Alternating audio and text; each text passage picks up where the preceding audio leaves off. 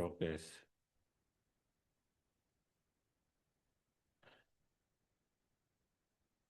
So, self has been something that has been um, explored by the philosopher, practitioners over the long time to understand, why we are suffering. Want to know why we are suffering and can be suffering to end, and what is that self um, which experience all of that, So that is something that has. So some of the early schools of thoughts in India, Sims,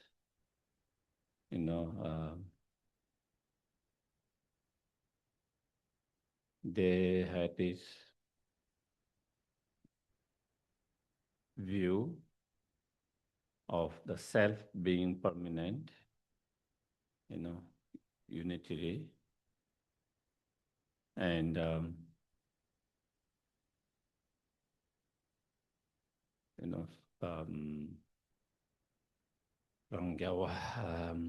self independent or self-sufficient, independent maybe, Rangyawa. And in their view, the aggregates, when we die, the aggregate come to, when you cremate your body, then, such as your physical aggregate come to cease end, so the aggregate, disintegrates. But if the self also disintegrate, then what will be there to experience the result of such karma in the futures, there must be someone to experience those karmas, and so therefore the self, while the aggregates are impermanent and disintegrate, but the self is permanent, that continue life after life. And that self is the one that create the karma and experience different result. And so therefore, they feel the need for permanent self for that purpose. So therefore, the self is permanent, whereas the aggregates are depending on parts. It has part, but the self does not have part, unitary. Whereas the aggregate has a preceding cause and conditions, but the self has no preceding cause and condition, and therefore, Rangyawa dependence, And so they come with this idea, the self with those three kind of qualities: permanent, unitary, independent. And that idea of the self has refuted by the Buddhist school of thought and all the Buddhist school of thought. All the Buddhist school of thought. Of course, there are primarily 4 schools, but within each school, there is also divisions, and regardless different divisions within each school of thought, they all refute such self, and they all have the view that self is impermanent, and it has parts, depending on previous cause conditions. So therefore, they have this view of selflessness of the persons, empty, selfless,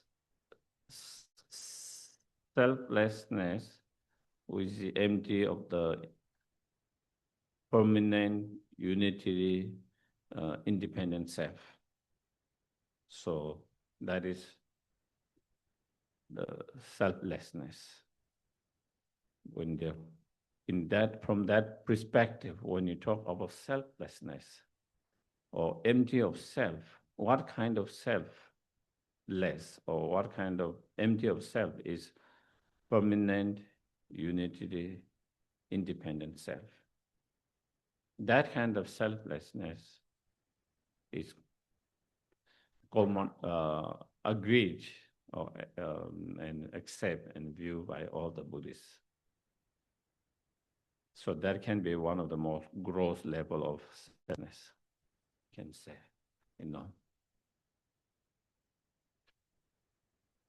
Even though they view that,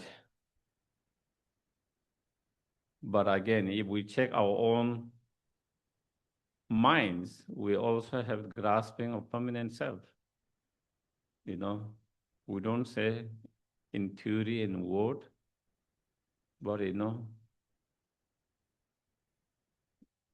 the childhood that we had, we still be is me. You look at picture, oh, that is me. Even though so much has changed, it's not same you more because we are changing,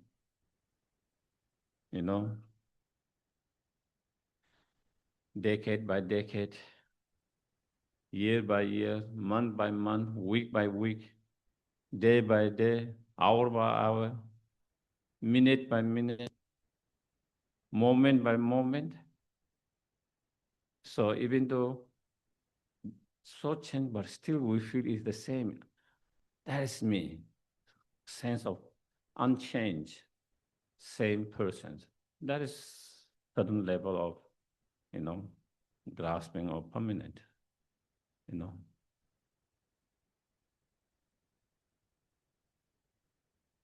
Mm.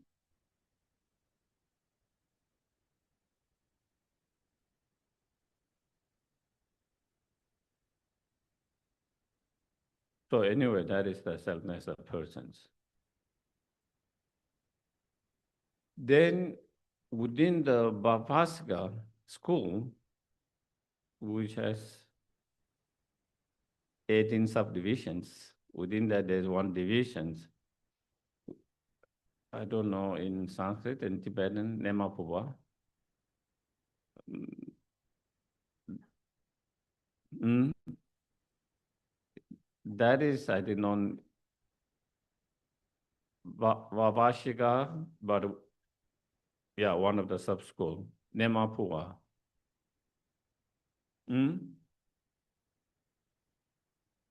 Yeah, within that, then there is 18 kind of subdivisions, and there is just one for Nemapuva. They believe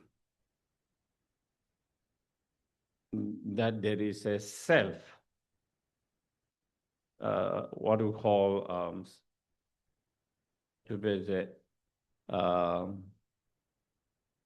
self-sufficiency, substantial sufficient self. That only that one. And that view is like there's a sense of not permanent self, but there is a sense of self that is like the owner of the aggregates. Owner of the aggregate, like that the self own the aggregates, like the king and its subjects, like the self being the master or king and the aggregate being like the subjects. Yeah, like in a way that it owned by that kind of self. But all other Buddhists, except for that, also reject that, such self, except for that particular one subdivisions. All other Buddhists also says there's no such self. Is Vasiputriya. Okay. What the belief self as permanent. But Geshe said the self-sufficient, substantially existent self is rejected by all the 18 schools as subtle selflessness of self. Vasiputriya believes self is permanent, but Geshe explained as a self-sufficient, substantial existent self, the master, the control, is actually rejected by, and it's a subtle selflessness of self by all Vibhashika and Sautantrika. I think that one's sufficient. They don't because they say there's a self neither impermanent, neither permanent. So they don't accept it as an impermanent self. So in that way, they believe there is a self that is neither impermanent or permanent. And there is a way of kind of controlling or something like that, So that is sometimes we call that is the only Buddhist tenet or school of thought that accept in a self, all others selfless of the persons. Vasiputriya. Okay, thank you.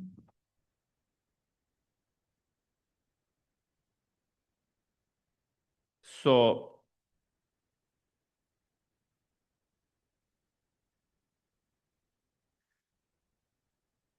and then again, so then again, all the schools of the Buddhists, other Buddhists, refute such existing of such self and present selflessness of such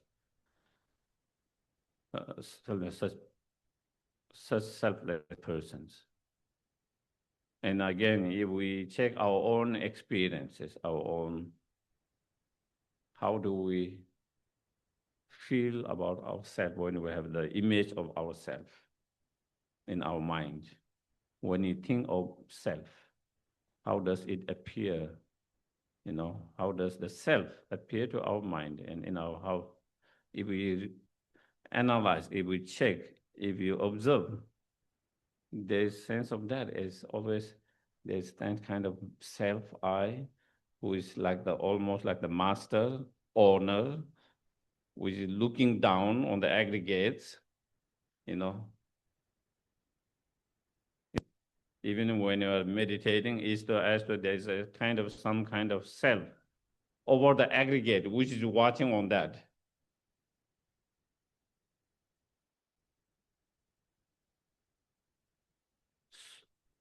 So we have that grasping of such self. Again, theoretically, we might not have any ideas to say there is such self, but in terms of our mind grasping, there is grasping of such self, and that kind of, so empty of that self, such self, is then the presentation of selflessness according to Vibhashika Sautantrika. Okay? And also all the school of thought, but for the Vibhashika and Sautantrika, that is total selflessness. The empty of such self is the most subtle level of selflessness according to their philosophy, according to their school of thought. But for mind-only school and middle way school, that kind of selflessness is gross selflessness. It's not a subtle selflessness. And since it's not subtle selflessness, even you have realization of such selflessness, you can only overcome the gross level of ignorance and gross level of delusions that arises on the basis of that gross ignorance. But there will be subtle ignorance still, and subtle delusion that arises on the basis of that. So such realization of such selflessness is not sufficient to destroy all the ignorance and all the delusions. It doesn't mean understanding of such selflessness cannot destroy certain level of ignorance, certain level of delusions. So you see this understanding of selflessness become a little bit more profound than the previous selflessness that's empty of permanent self.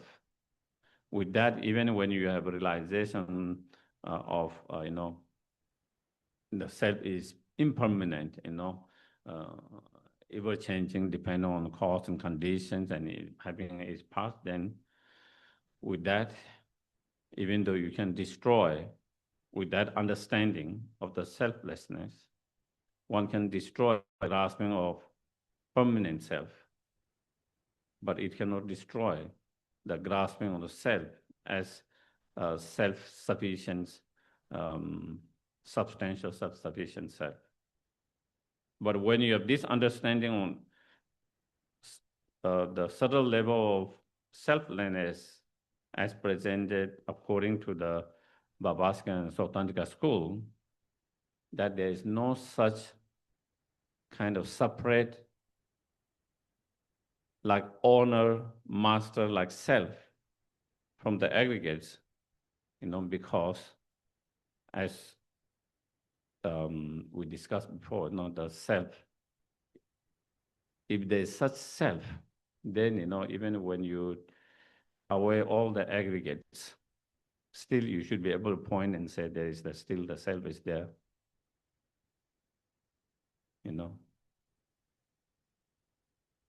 Even when the citizen is taken away, the master is there,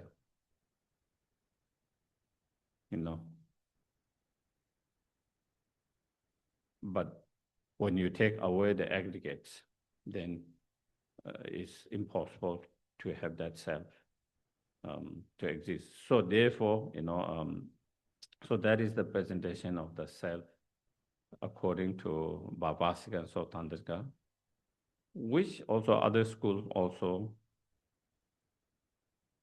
have no dispute in presentation of that selfless. Only the other schools would say is not subtle, is the not most subtle selflessness, low selflessness. Whereas they think that is the most subtle selflessness or their presentations. And then on Bodhicitta Sandhika, they don't have presentation of self as a person. They only have selflessness of they don't have selflessness of phenomena. They only have selflessness of persons. Talking about the person, the self, but they have no presentations or concept or the terms they use, the selflessness of the phenomena. So there is, when you don't, through the understanding of such selflessness, empty of the self as substantial, sufficient self, and then when you understand that selflessness, then on the basis of that self-grasping, then there is no more my body, grasping to the bodies, thinking is my body, is my mind, is my feelings, is my this. So that is how then you can destroy the graspings to others' objects.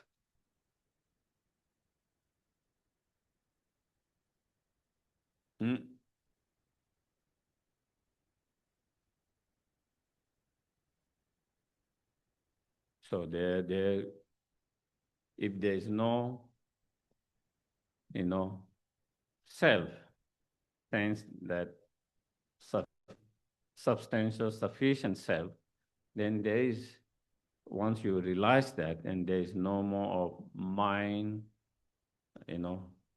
towards all the other objects because of that.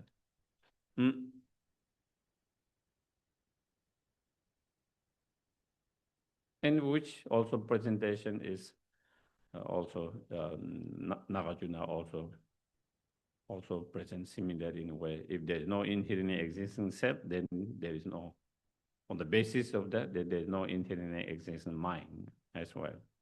The idea is similar in that sense, okay? then not only there is no such self, but the mind only school. Next, the mind only school says, not only there is no, not only that such self, there is no permanent self, there is no, um, you know, substantial, sufficient, self-sufficient, substantial self, but also, there is no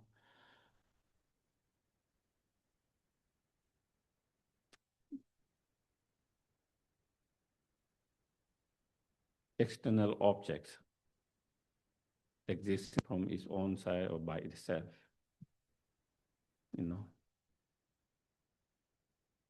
How everything is a projection of your mind. The two other schools,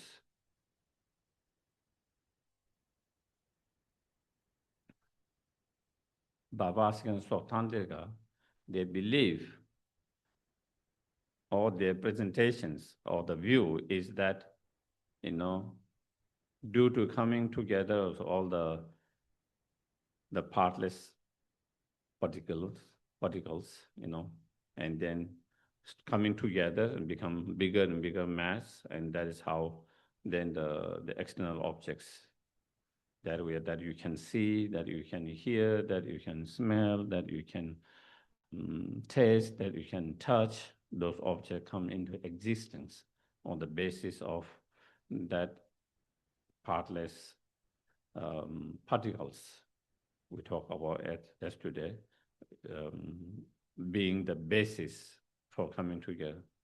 And so therefore there is a external objects that is totally separate from your mind. Yeah? Mind only school says there's no such. There's no such. Everything is projection of your mind. All the shape, color that we see is projection of your mind. Every sound we hear is projection of your mind. Everything you smell, everything we taste, the food is projection of your mind.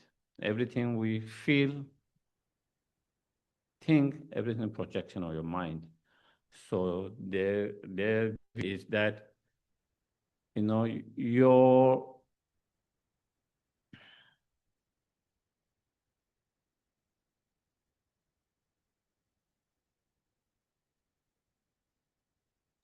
the potential from your mind, imprint or the potential, the seed, kind of half of it become the object and half of it become the subject that perceive that. So basically, it is the external objects is actually coming from that potential or the karmic potential or seed, which is basically coming from the mind. And so therefore everything is a projection of mind. And therefore there is no such as the Sotandrika or Bodhicitta said, there is no external object that is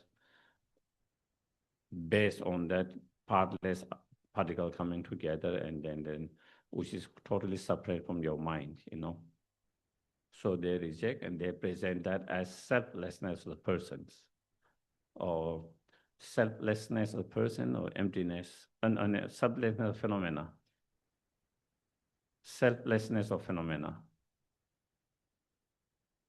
Yes. And so, if we realize, if one is able to see how everything is projection of your mind, even though even this flower with particular shape, colors, particular frequencies, or even though it look or appear to our mind that it's coming from externally by itself, nothing to do with our mind. That is how it appears, There's nothing to do with my mind projecting it, but solely coming from outside, externally there. And leave that, and then again, attachment arises. We feel we need that objects. And if objects is that something that upsets you, then again, we believe that object that is upsetting you is there from its own externally by itself, nothing to do with my projection, my mind. And on the basis of that, then we have again different emotions related with that. But when you see and understand all of them merely projections of your mind, there's nothing external. Everything is projection of your mind. Then, grasping to that object, attachment to that object can be reduced, can be subside.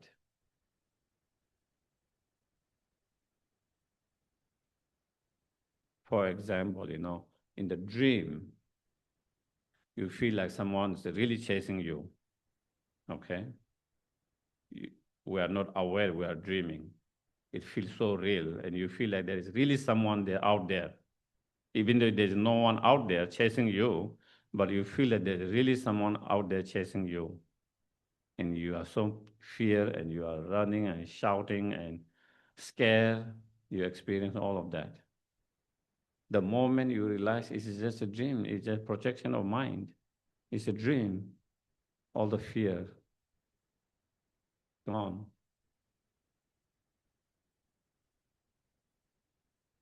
It's gone.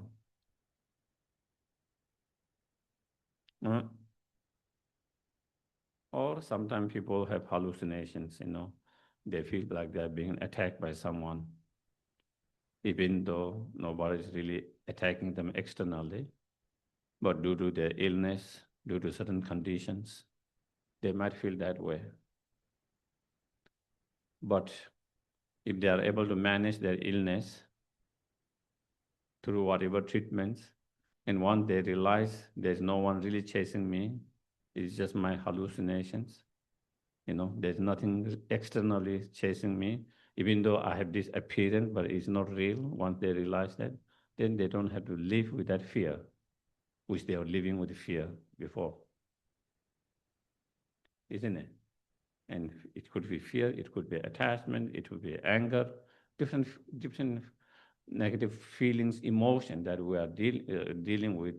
The moment they realize it's just a hallucinations, it's just coming from your mind hallucinated, nothing external there, they are able to let it go, the fear or whatever emotions.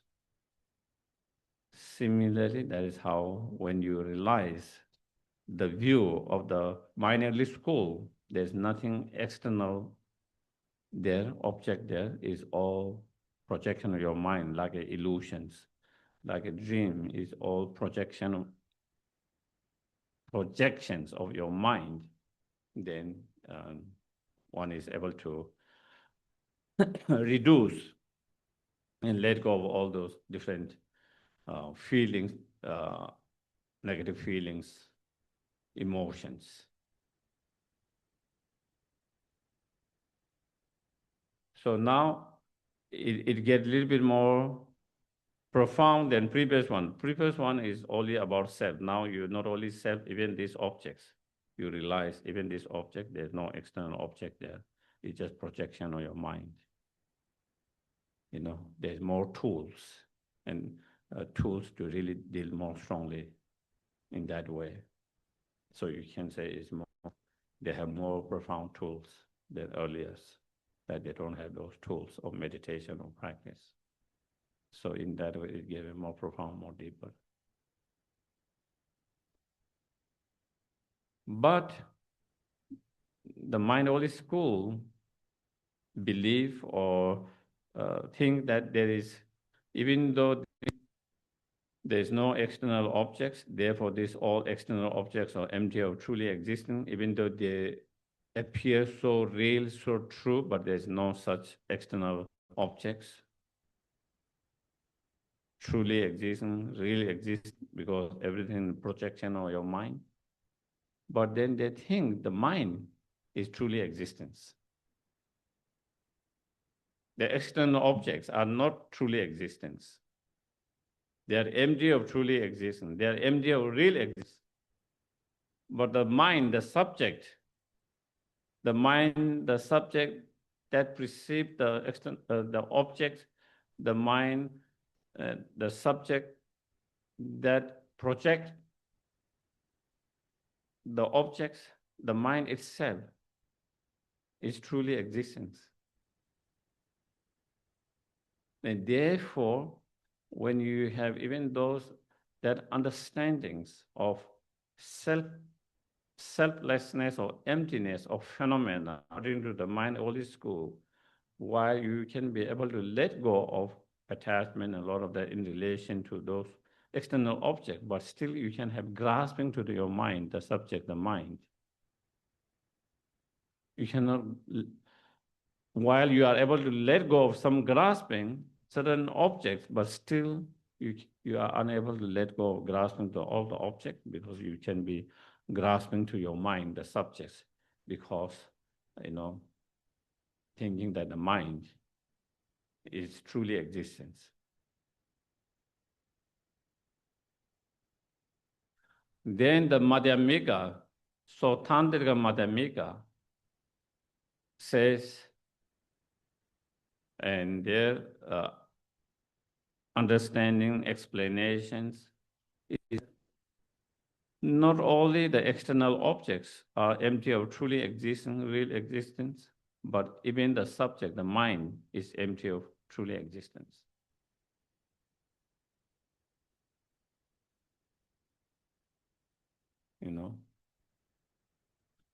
So then that is the presentations of the emptiness of phenomena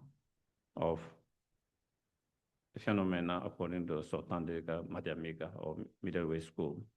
So the self is empty of truly existence, as not only the self is empty of truly existence, the external, the objects, all the objects are empty of truly existence, even the subjects, the self or the mind, all of them empty of truly existence. So it become more, again, you can see how it become more powerful, more profound. Now they have tools not only to deal with external objects, grasping the external, also grasping to the mind.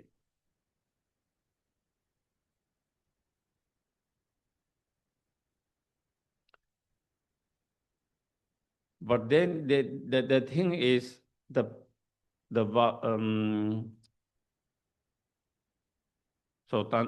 Tantrika Madhyamika,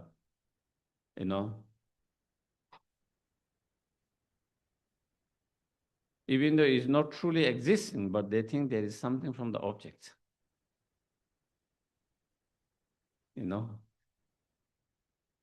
So in a way, it is combination. There is something from the object, and then your mind imputing it together.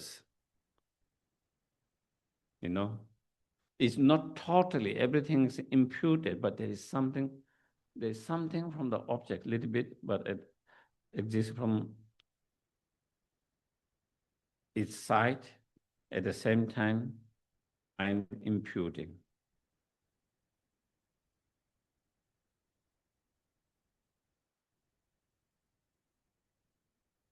And sometimes don't you feel that? Sometimes I feel that sometimes that I a little bit more easier. I feel, how can everything be so imputed in your mind? There is something here, I can see how things are imputed, all this, the carpenter bring everything together, and then they decided to label is a table, and then from there the table come to existence. But at the same time, you feel there's something from its side, in your mind, your juggles. And sometimes it almost feel like this view is a little more easy to accept than Prasangika point of view, where everything is merely imputed. There's nothing from its own side, absolutely from its own side. I'm not talking about through reasoning, logic, everything, but in terms of how you feel it, you know.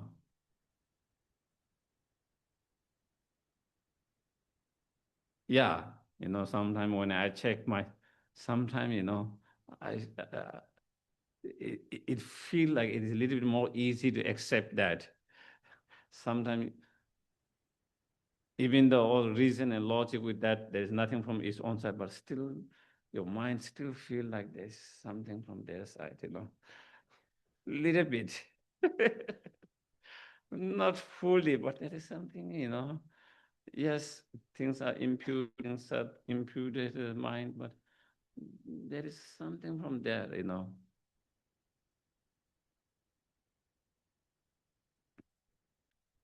But as long as you feel there is something from there, then there's object to grasp all. That is the thing, you know.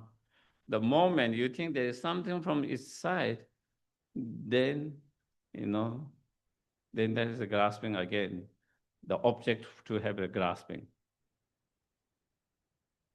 And so then from Prasangika point of view, there's absolutely not even one atom factors or part existing from its side, absolutely not.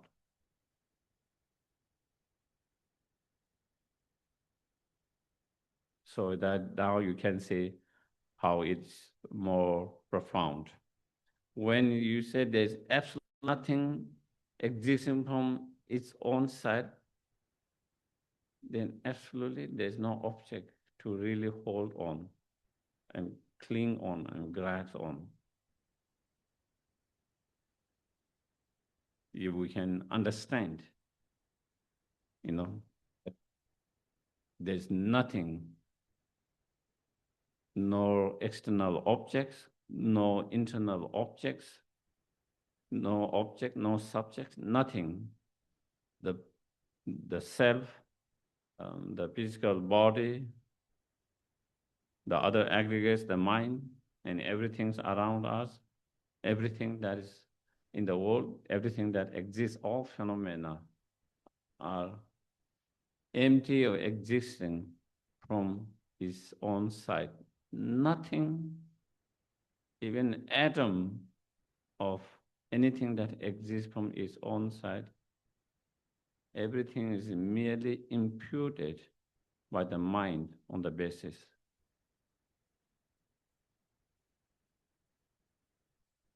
Everything is merely imputed by the mind on the basis. That is the only thing how it exists. Nothing more than merely imputed existence. There's nothing, slightest nothing from its own side. When one has that understanding, you know, then it totally stop all the objects of grasping and clinging.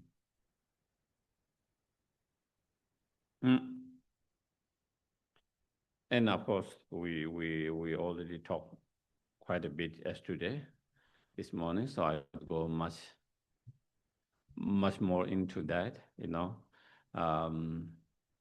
So that is how progressively, you know, with each school, the presentation on the selflessness,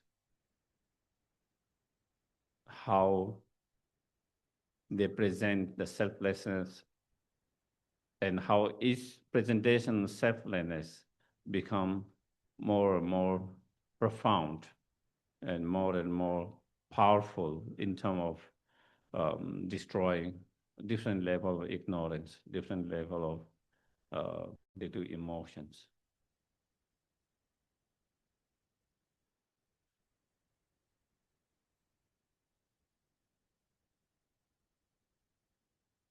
So with that, I think maybe I will just end here. And as I mentioned the first day, you know, maybe if we have time, maybe we can see if we can, how we can bring these practices in our everyday life. Of course, we try to do some practice meditations, and even though we didn't spend long time with each of those practice, it is just a presentation how it can be done. But when you do your time, you take your pace and try to really feel it. One of the things I like doing practice meditation by oneself instead of being guided is when it's guided, you cannot take your pace. You have to follow the person who's leading. And sometimes you feel like you are starting to feel something and you want to spend a little bit of time, then the guide move on, then you don't have really time to really feel it. The whole process is that you go through the different steps of meditation and then feel it, then try to be in that state of feeling. But a lot of time when it's guided, then, because everyone has a different pace. Some people can feel it quickly, easily. Some people need more time to, analyze or to contemplate. And so then sometimes people doesn't even feel it and they already move to the next steps. Sometimes people are starting to feel it and then next with that. And so that is, but when you do yourself, then you can take your pace, and then when you started have those feelings, then we try to hold and experience those feelings, So that is why, so here, we just went through more quickly because of the time and everything's, but generally some ideas how it can be done. And then when you do by yourself, you take your pace, and according to that, you do that. So of course, we try to do practice meditation on the cushion. It is possible every day, to be able to find some time to that. Is important. And even you are doing sadhanas, to find time to do those practice within the sadhanas, So it is not just kind of visualization and reciting mantras, but actually you incorporate those practice within that. And that can be, then you can, because you do sadhana every day, those who need to do, then if you incorporate those practice meditation within the sadhana, then you are able to do on a cushion that every day as well. Then you don't feel like you need another extra half hour, 1 hour, and that you struggle to find it.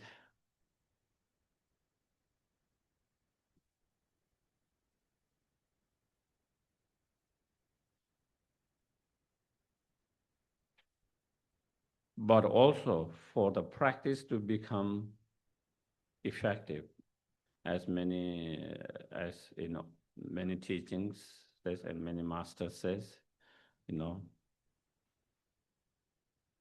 the pause meditations is, if not more important, equally important as meditation sessions.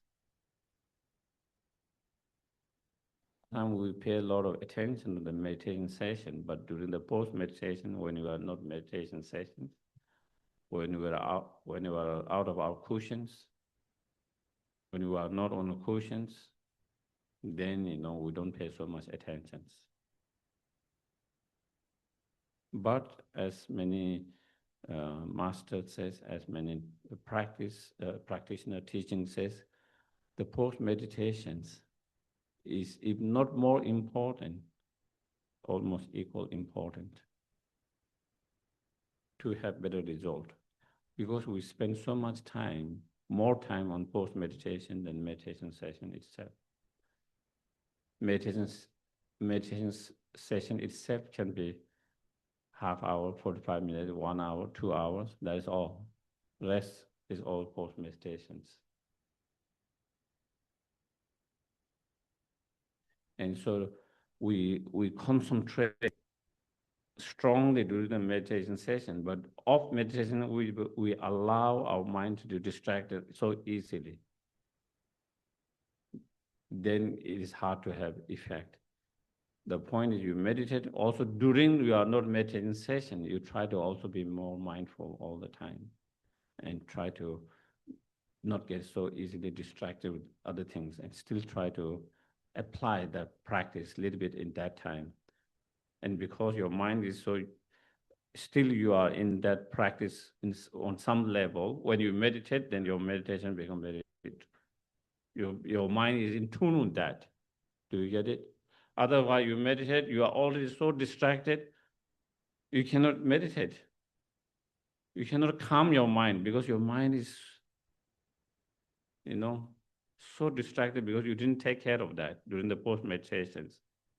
And now you try to sit it, unable to sit it, you cannot stop your mind from not thinking about something and not being concerned and worried or all these different feelings, emotions that we carry from the post-meditations. And then when you do meditation with such mind, then the meditation is not so effective and powerful. Because you are meditating, your mind is not fully there. Your mind is not fully there. Your body is there, your mind is not there. And even your mind is there, your mind is not fully there, only some part, half part.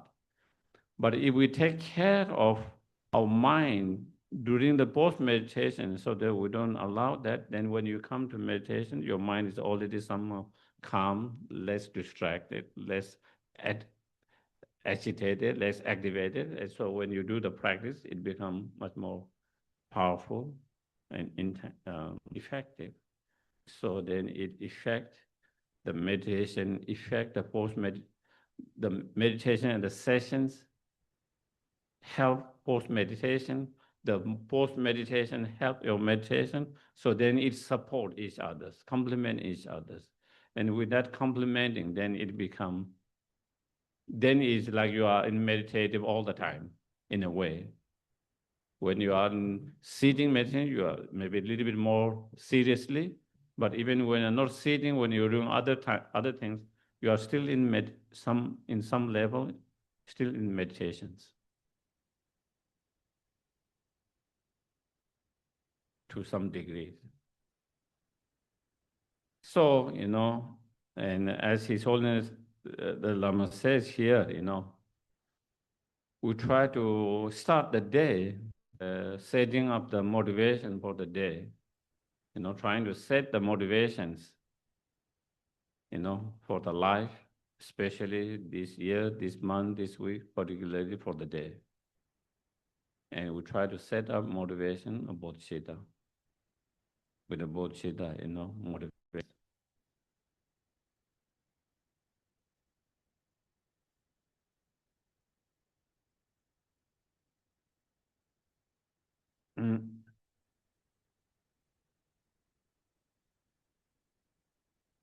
Less or whether you go more extensive, detailed meditation or not, but at least, we try to set up the motivations, that purpose of life. The purpose of life is not only about eating, sleeping, having something, pleasure, sensory pleasure and that, it's not only about that. If that is the cases, there's no extra being a human beings. Even the animal can do that. Sometimes the animal are better than us, So then there is no really purpose of. So the purpose of having this precious human rebirth is, and also since we have potentials, to be benefit and help as much as to others, not only oneself, to utilize that, and not only to be help benefit in order to be greatest help benefit, it to become best of ourselves. The best of us is to become fully awakened. That's the highest potential we have, the best we can become. Enlightenment is sometimes when you talk of enlightenment, it feels so far away, isn't it? So far away, almost unreachable. But if you think of becoming your best, does that seems reasonable? Seems like it's closer that you can do it. And if you can become best of yourself, best of your potential, then that is what enlightenment is. When you are able to utilize your highest potential and achieve that highest potential of what you can be, then that is what it is, So anyway, and so, generate the Bodhicitta mind, the wish to achieve fully enlightened state, and in order to that fully enlightened state, we need to practice, and to practice, many conditions, supportive conditions, and for that, for practice, you need to, of course, contemplate, meditate. The main point, accumulate merit, support our accumulation of merit, purifications, Guru blessing of the Guru through the Guru Yogas, all those practice. And so therefore I'm going to do this practice, whatever practice we do. And as well as for the practice to be successful, we need all the conditions, good health, resources. If we don't have good health resources, then again we struggle, and then again harder to practice because of them. And so therefore, in order to have better conditions, resource, then I'm going to walk. I need to walk. Therefore, I need to walk. Or whatever that you are doing, the setting, everything. And also, so, everything that I do today from now, whole my life, whole this year, this month, this week, and particularly today, until I achieve enlightenment, everything that I do become cause and condition to help others. May all of these become cause and conditions to achieve fully awakened state. So this is just a small kind of example. It doesn't have to be exactly that way. There are different, you can read, the motivation from Rinpoche. There are so many motivations from Lama Sopa Rinpoche. Also you see in others, practices, or you can come with your own motivations, the Bodhicitta motivations, and then try to generate that motivations. And throughout the day, we try to be as mindful as possible, watching our thoughts, watching our minds, watching our speech, watching our action, especially watching our thoughts. If we can watch, be mindful of our thoughts, a lot of time we can avoid a lot of unwholesome action through mind, through body and speech. A lot of time we say things, do things without thinking, and then later I shouldn't have done that. I shouldn't have said that. But if we have watched our mind, then you already know, you're about to say something which is not the best, which is not the most helpful. So you might be able to stop it from saying that because you are aware what you are going to say. So in that way, we can stop that way. So trying to be mindful as much as possible throughout the day, and then, whenever we eat, whenever we drink, again, you don't have to take half hour to meditate, even few minutes, while you are eating, while you're drinking, contemplate where this food come from, where this drink come from. It comes because of contribution of so many sentient beings, uh, whether you are eating in a restaurant, whether you are eating in your home, someone's cooked it, someone has prepared it, you know. It come from the material that will come from the grocery. People who work in groceries, then they're transported from some places, and then those are coming from the farmers who farm there, and then those come from, again, the seeds come from sometimes somewhere else, and then when you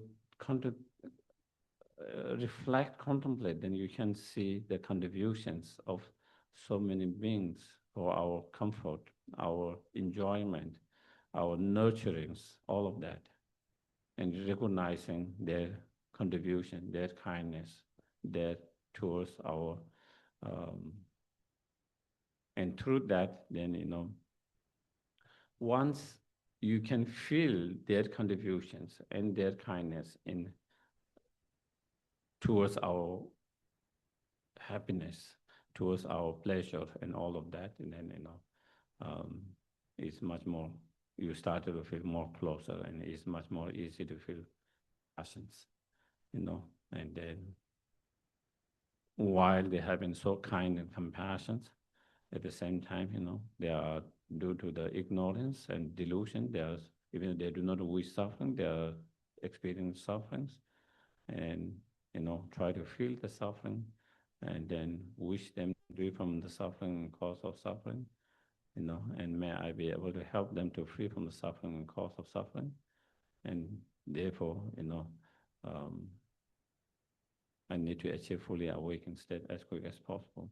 So you relate that act of that, and then that become some meditation on bodhicitta in some way. You do while you are eating, while you are drinking. You do that while you are putting the robe, the cloth.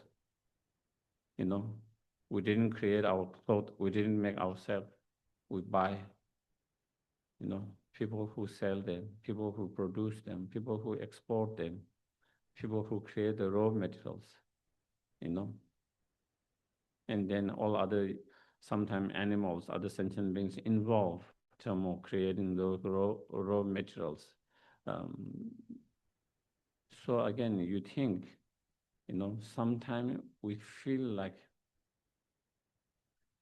there's no contributions of kindness of others for what every pleasure we enjoy, all the comfort we enjoy. We feel like we work hard ourselves. We don't feel someone's contribution, kindness in that.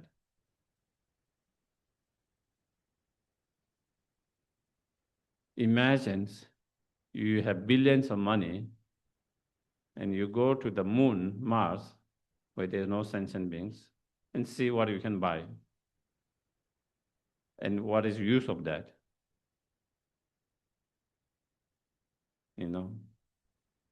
Then it is just like another leaves that you see falling. No difference. By those garbage, it make it valuable because other beings.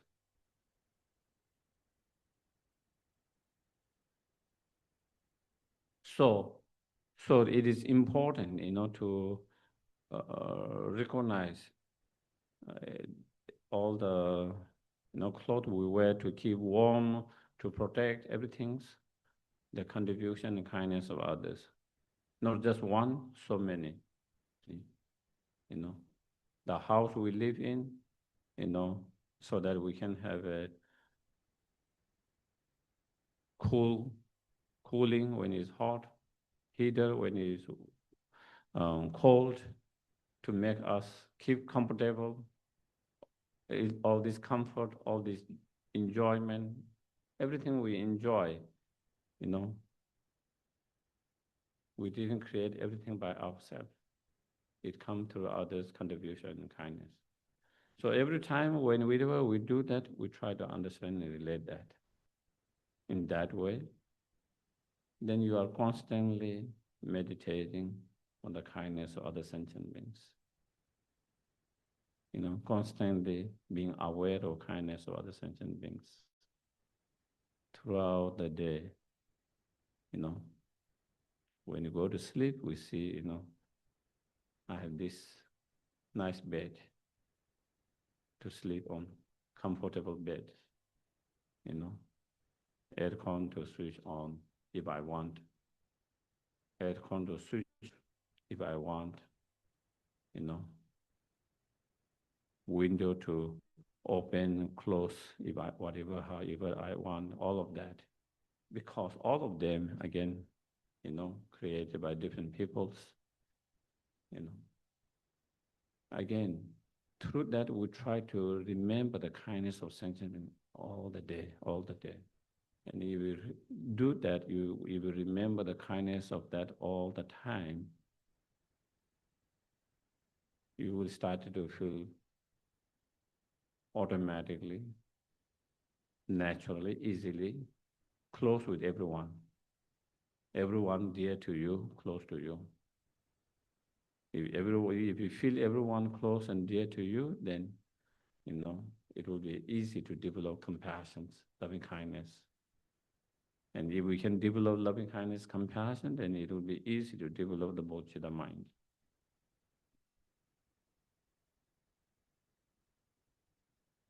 And so in that way, so that is how we can try to apply meditation on, loving kindness, compassion in that way throughout the day during the both sessions. And at the very beginning, it might feel a little bit, you might remember sometime, you might forget sometime, you might have to remind yourself because you remember one time, then you forget for a couple of times. But that is part of the training. And then you keep on doing that. And slowly, slowly, it becomes more like a habit. And when it becomes more like habit, then it doesn't require so much effort. And if it doesn't require so much effort, then of course it becomes even more easy to practice. When it requires a lot of effort, that is where we struggles. Yeah, so, and that is same with everything, as Shandeva said, if you are accustomed or familiar with something that cannot become easy with the time when you are accustomed. And you can see with your own experience, is even sometimes physical things, even brushing,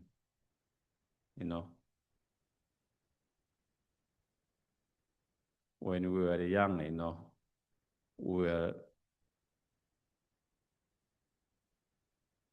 taught to brush every morning. We have to brush every morning when we went to monastery, But we were not taught to brush evening. We never brush evenings,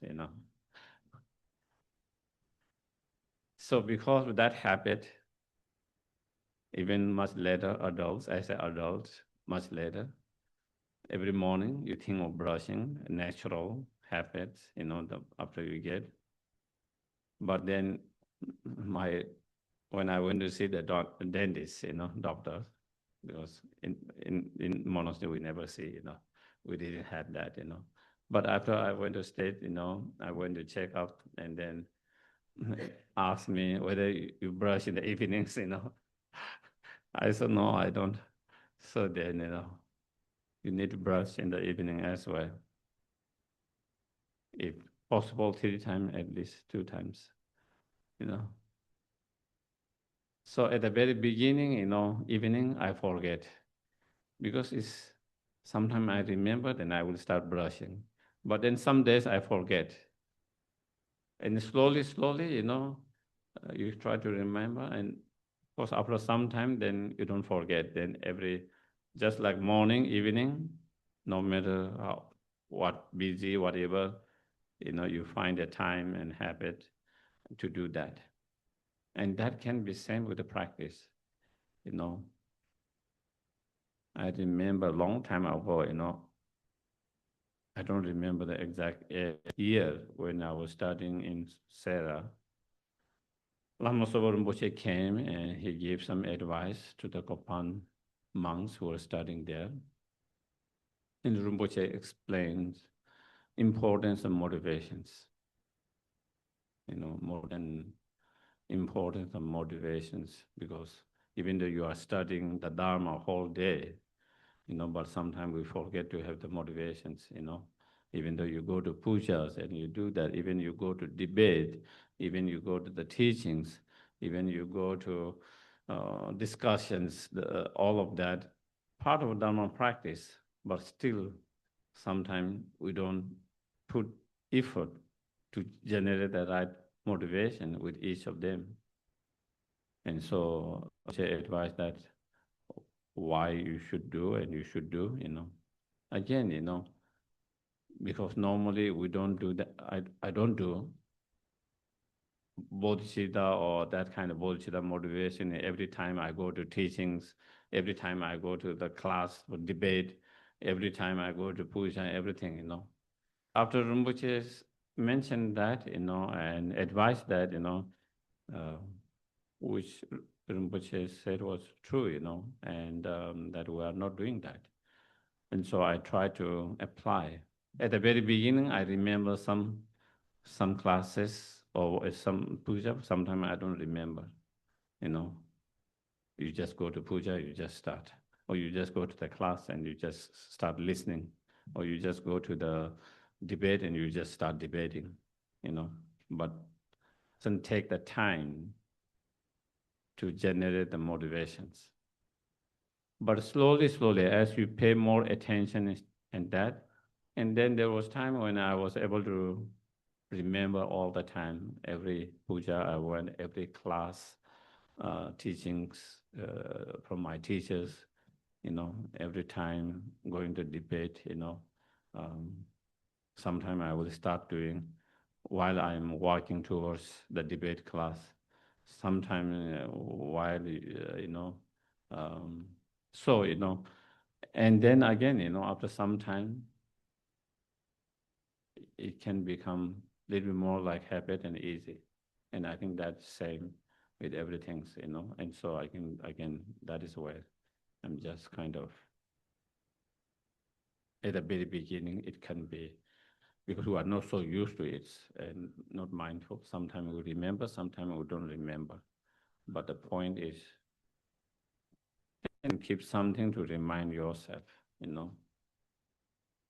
on your dining table, where you drink, where you eat, bodhicitta motivations. Maybe in your, restroom, bathroom, you have something there to remind yourself of that. While you are doing, whether it's a brushing, whether you are doing, cleansing your bodies, so that you see that and it reminds us, and that, and so, there are ways to keep something to remind yourself of that. And then slowly, even there's no reminder, you will be able to do that. And the same way, just as you can combine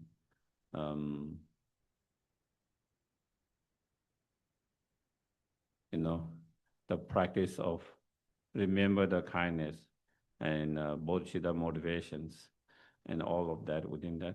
Same, when we do, again, try to dependent arisings, or while you are walking, while you are driving. Maybe driving, I don't know whether it's safe. If it gets too deep. But, still, I think you can do more kind of gross level. But, again, while you are walking, you contemplate, meditate on the dependent arising.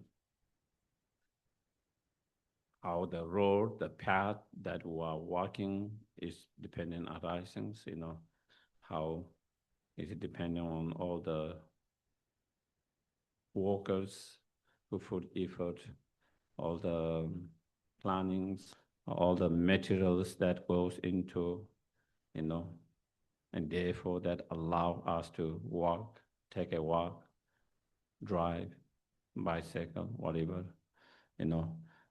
So again, and think of while you are walking, in the park, in the forest, again, you can think of dependent arisings, It's the beautiness that you see in that, or when you go, is it in the color? Is it in the one tree that make that beauty? Is it the sky, that make beauty?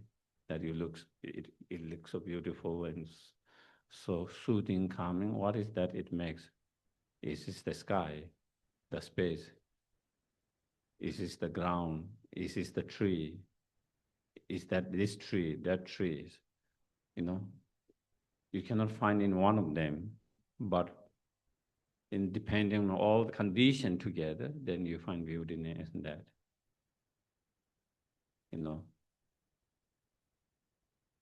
Sometimes the lightning has to be right. If the lightning is not so there, then the lake so very dark, not something,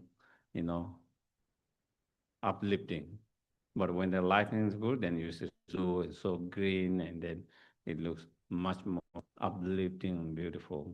So, so many conditions, so many, sometimes when I go for it, sometimes when it's no space between each other, when you don't see the sky, then it is different. But when you have those space and the sky is to be, so so many different conditions makes the whole beauty or enjoyable and nice and all of that. Sometimes when you don't think, it feel like it is there by itself. We don't recognize so many cause, conditions, so many factors coming together to make that happen. Something beautiful, something attractive, something nice, something enjoyable. And so if you try to apply that, then you can apply that kind of, again, same kind of analysis in the food. The tasty food that I'm enjoying, what is that tasty food? Is it in the flavor? Is it in the raw material? Is it in the spice? Is it in the, the oil? Is it in the that? So again, where is that? What is that which makes so enjoyable, nurturing, delicious, tasty, Again, if you try to find within each of those, you cannot understand this is it, but due to combinations of many factors, many things, but depend on many factors, then it creates that and we enjoy that. And again, so bringing the dependent arisings, looking from the dependent arising factors and bringing into everything's, the coffees, the tree you drink, same thing. The analysis, everything that we do throughout the day, we can apply that same contemplation or meditation or practice. In that way, then, again, you don't have to feel that you need to find extra 1 hour in a day to meditate on this. Do you get it? Sometimes that might be just an excuse for us. I'm so busy with my job, my family, this and that. I don't have any time to meditate and practice.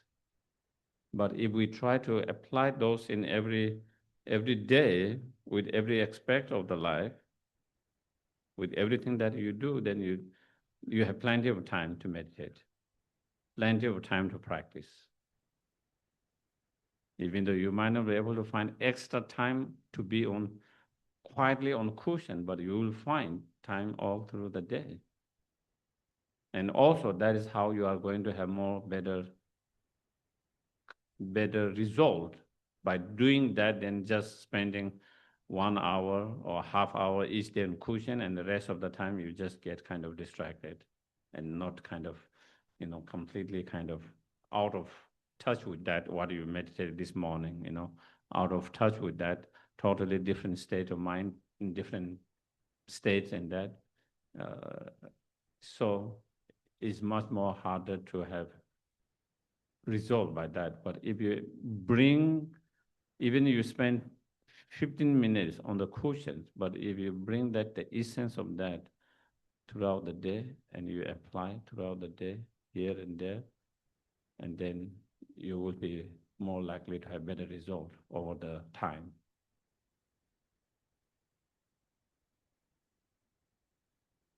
And of course, when we have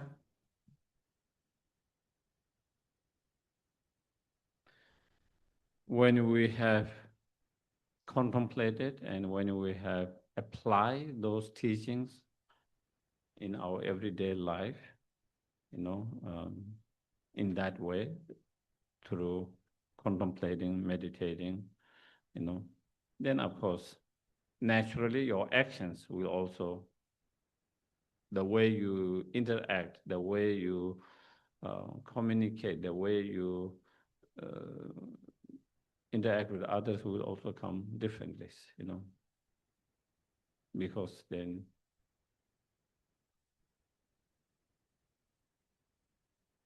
you interact with by feeling compassion, kindness of them, instead of seeing they are the one who is harming me, hurting me, and then being fearful or distrustful and all of that. Instead, feel more kindness of them, feel more connected, more closer. And then, when you feel that, it's easy to show the compassionate action as well, to act compassionately easily when someone needs help, and when you have the time, when you have the ability, skill, you wouldn't have resistance or to offer that. If we don't have that feeling, then even you have time, even you have resources, still will not reach out and try to help. But when you have that sense of compassion, loving kindness through such training, then the compassionate act will just manifest, easily. For the mothers, who have so much love for her child, precious child, because of so much affection and love and care for the child, if the child is in problem and if they need help, the mother will not stay back and watch it, immediately get into the actions. The reason that they're able to immediately get into the action, and sometimes you don't even have to think, is kind of almost like impulsive, almost like automatic, and that comes from that. You can see that even in sometimes that, when the mother sees the child in some kind of distress or danger, immediately seems to kind of act, putting themselves in danger sometimes in that cases. But basically what I'm saying is, once we have developed true love, compassion, insight through such training, then the action will come natural, easily, to act. But when you don't have that feeling, then that will be more difficult. Okay? So I don't know what meditation practice we are going to hear. Maybe, and we haven't done sleeping meditation. Maybe we can do.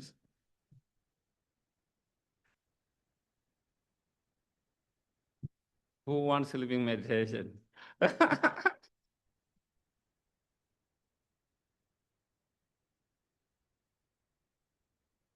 Who wants chicken meditations? Chicken meditations. You know chicken meditation? Nobody know chicken meditation? Oh, I thought you know. No? We are good at chicken meditation.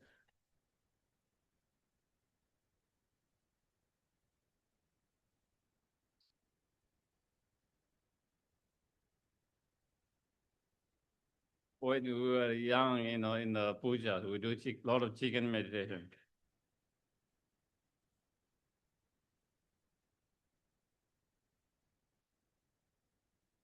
Some of them are much better than chicken meditation. No? They can stay so well, and you wouldn't know whether the meditation was sleeping. They have trained so well. If you are doing chicken meditation, disciplinary will immediately see you, they can immediately recognize you are sleeping. But some train.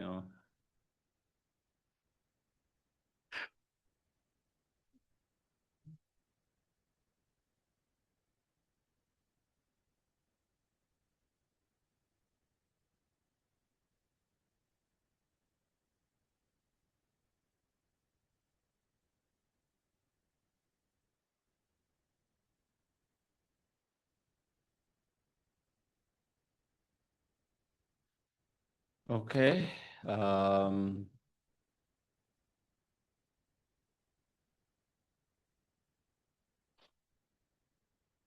Try to keep yourself in a appropriate right chair.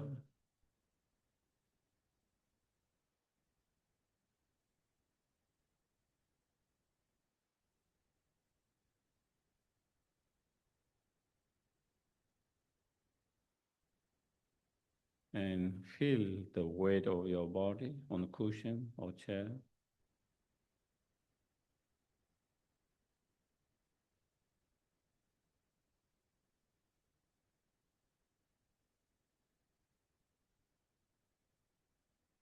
And as inhale, exhale naturally, normally, keep your mind with the breath, observing it mindfully.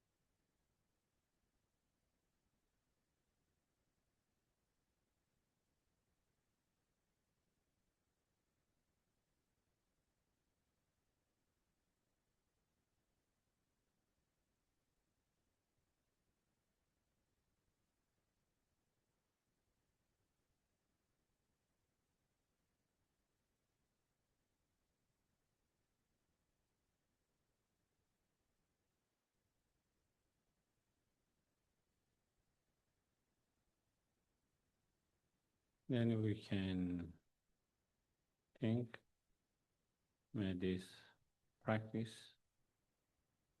become in cause and conditions to awaken our mind.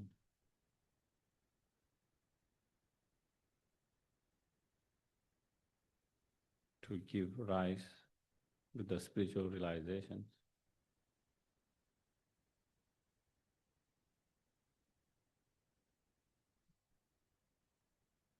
And be caused and conditioned to achieve fully awakened state.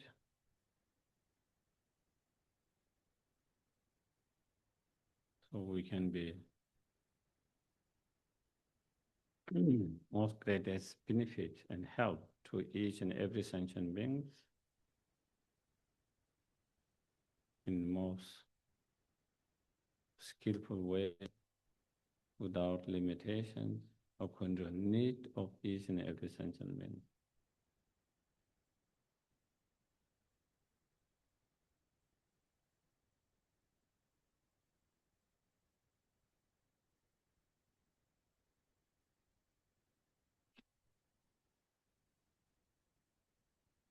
And bring back your attention to the breath.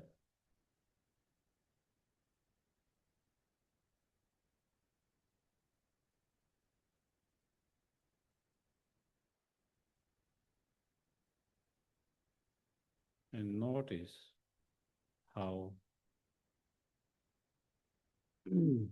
each breath you inhale and each breath you exhale is not the same.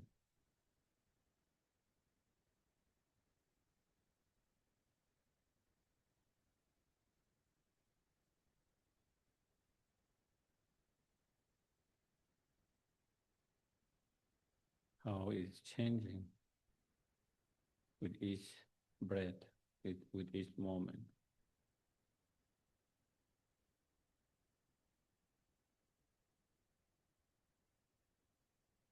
It's never the same.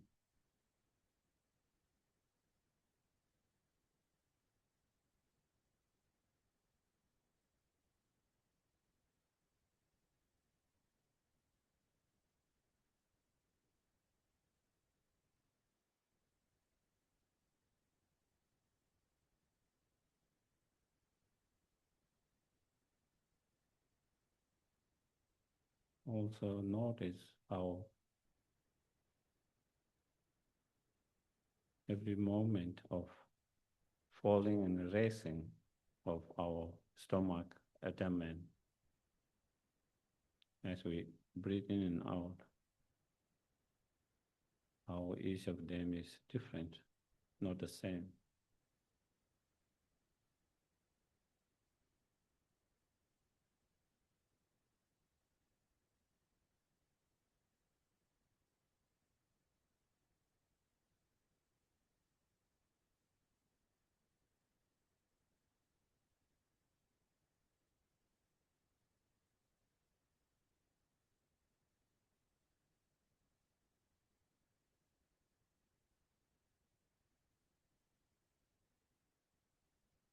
And also try to be aware and notice how our cells are changing every moment. New cells are being produced, old cells are dying. Moment on a moment, changing.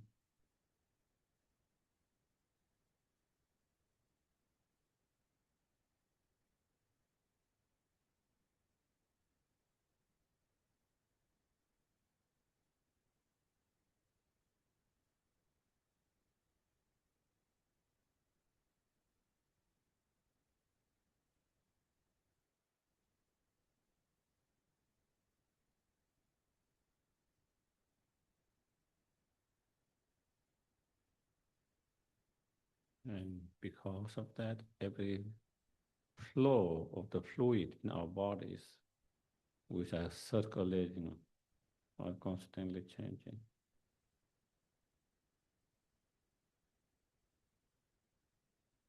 Never the same.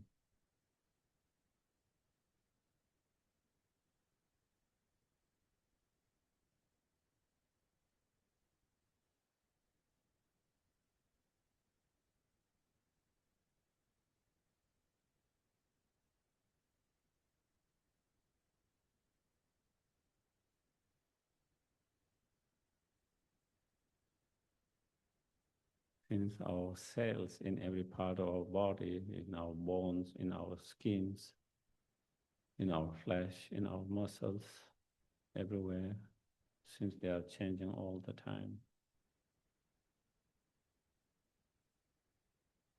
Our body is changing all the time, every moment.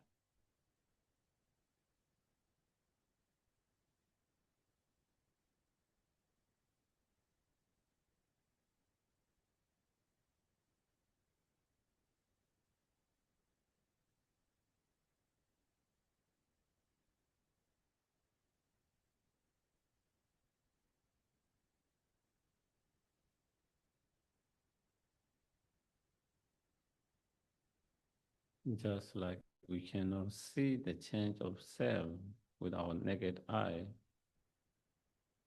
in the same way we cannot see the change of body with naked eye, moment by moment, but it's constantly changing.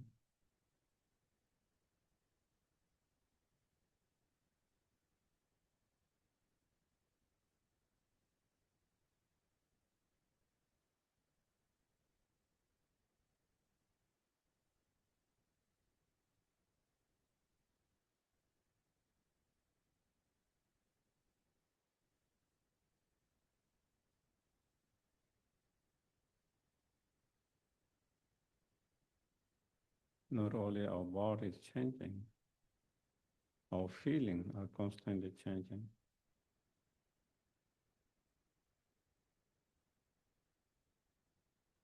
Try to observe and see and notice that.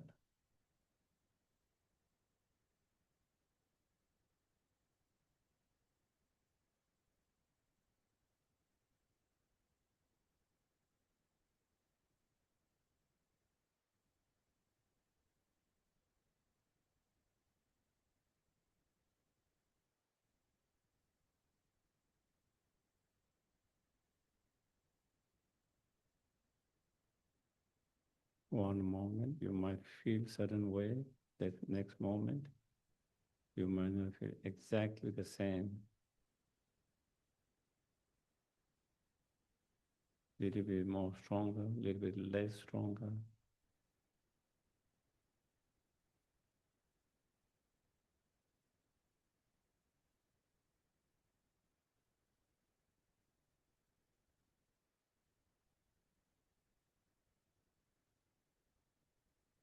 Sometimes feeling bad, good, sometimes not so good, sometimes neutral.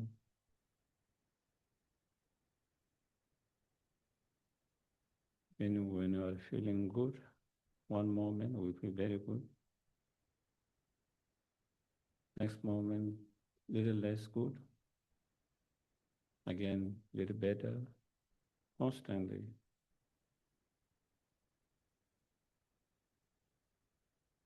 Moment by moment, there are small changes,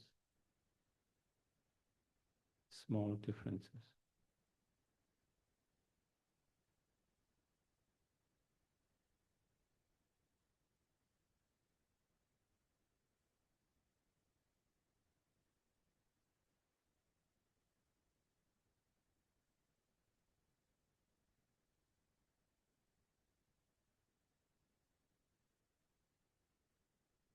Even our awareness is constantly changing.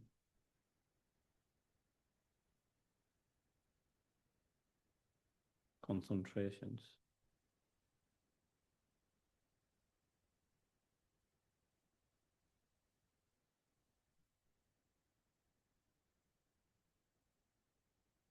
Try to see, observe, and recognize, be aware of those changes.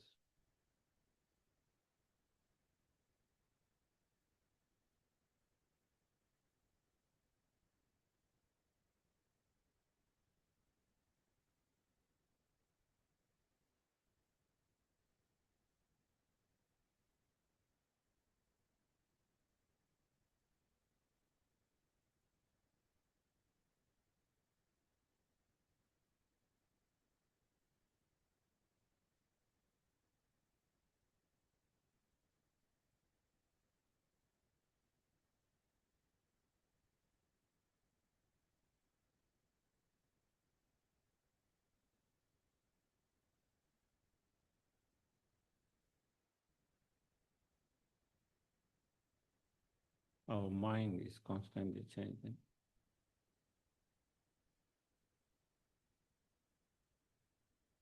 Our view, our perceptions.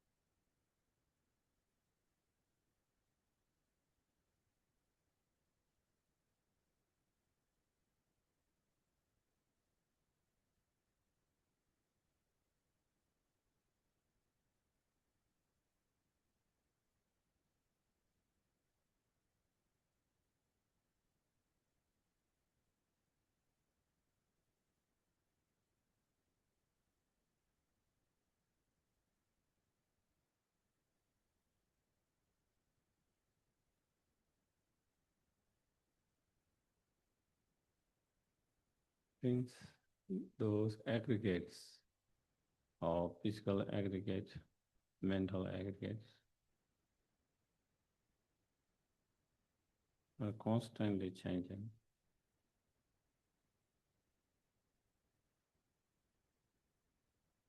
Never remaining exactly same, even for a moment.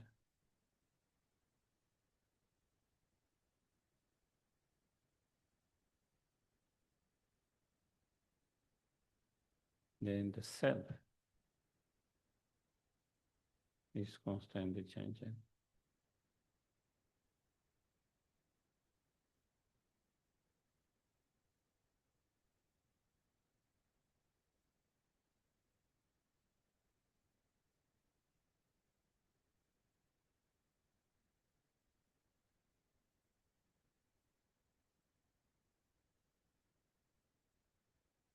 See how the self or I is constantly changing by the change of the body and the mind.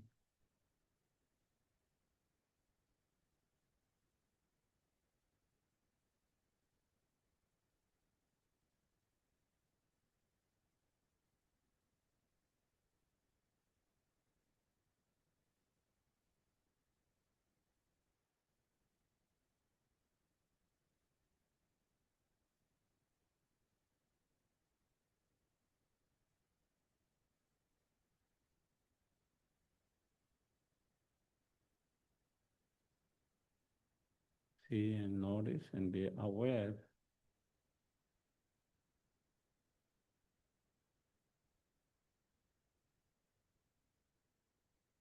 how the self is constantly, moment by moment, changing.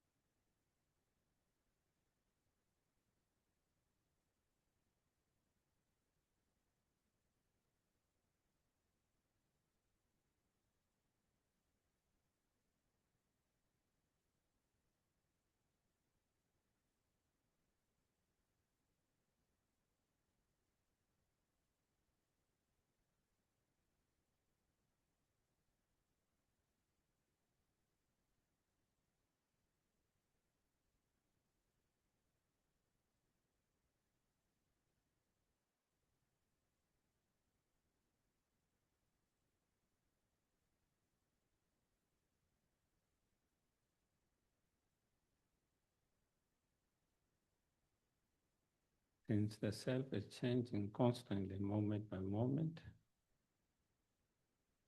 through the change of aggregate,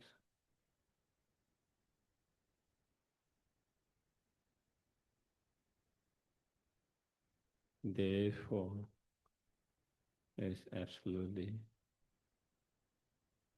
permanent self. unchanging permanent self.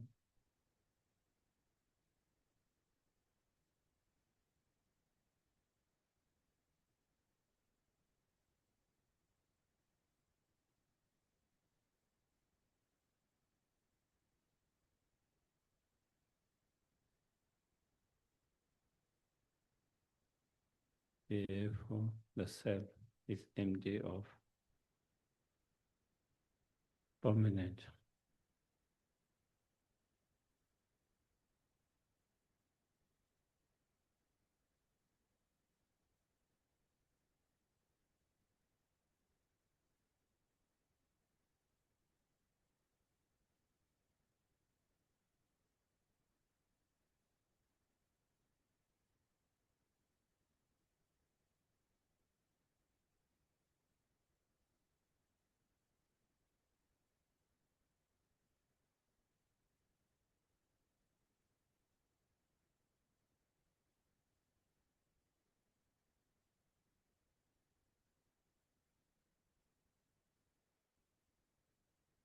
Therefore, grasping and holding the self as permanent is totally mistaken.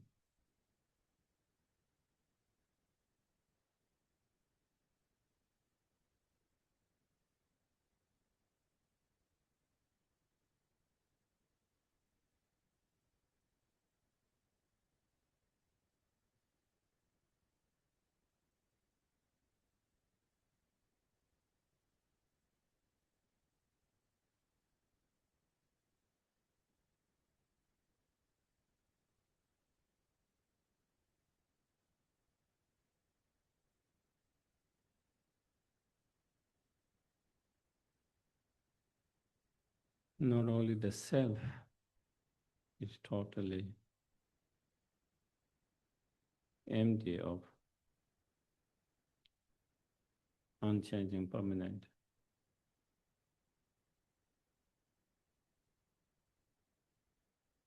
but also is empty of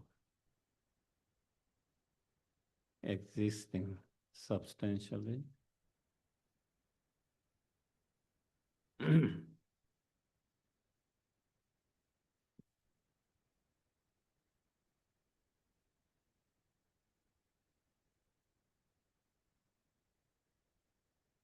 as though there's a separate self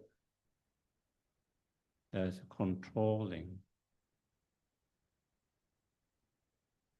or owning the aggregates.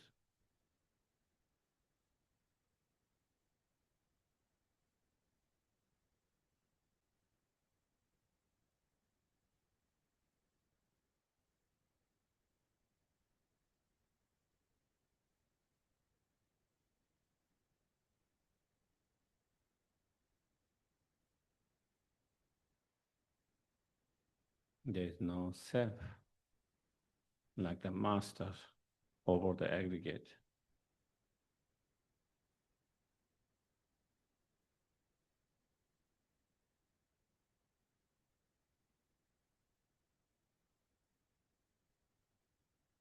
Totally separate from the aggregates.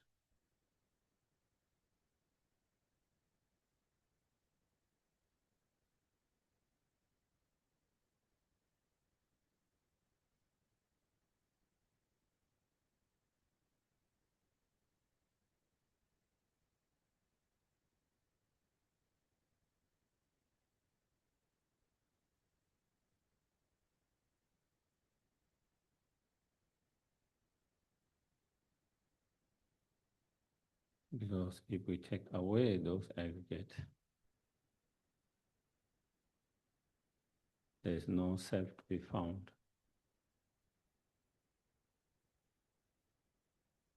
That is separate from the aggregates.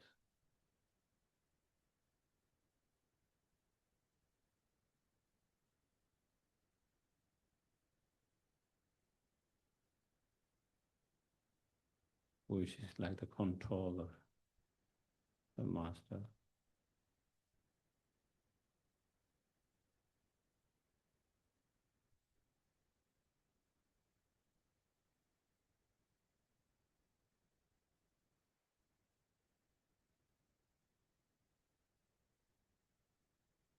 Therefore, there is no substantial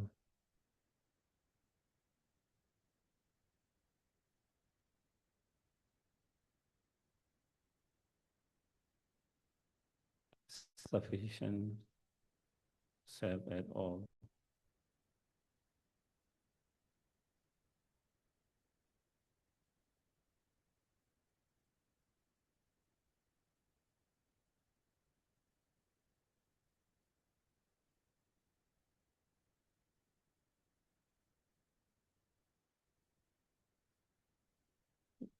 It's empty of such self, totally.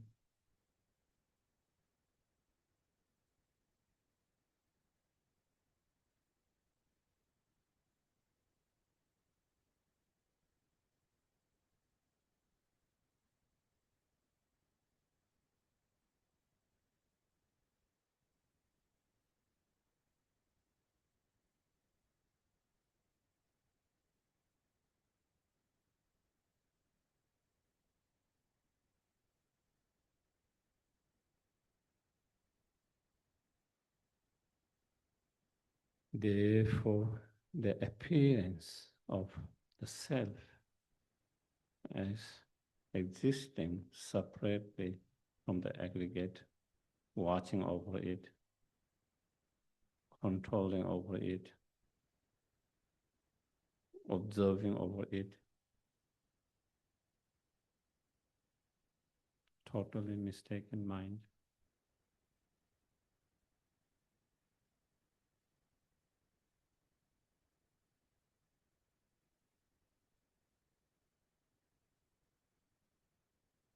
Ignoring.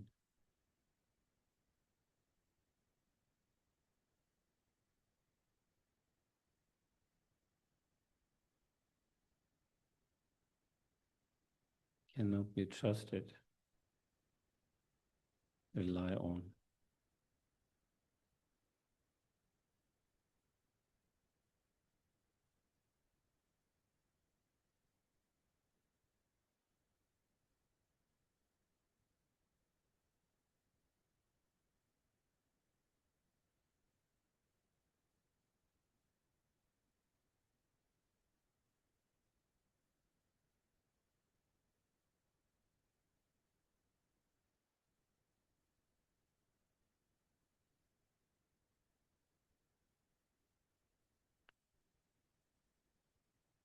And again, we can bring back our attention to the breath.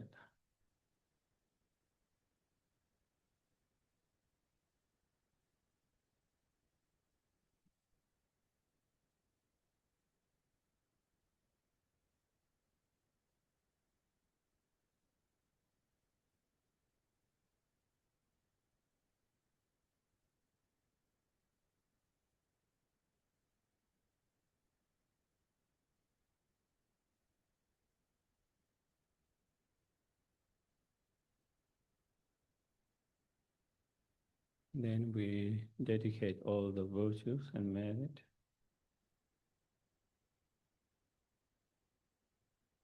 to obtain or generate the two Bodhicitta mind within our mind stream and mind all sentient beings.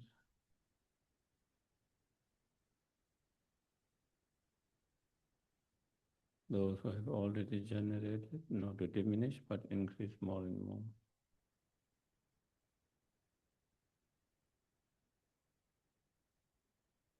Chanchu sem chorim boche, ma ke pa na ke choche, ke wa nya ba me ba ya, kong le kong tu ke wa shu.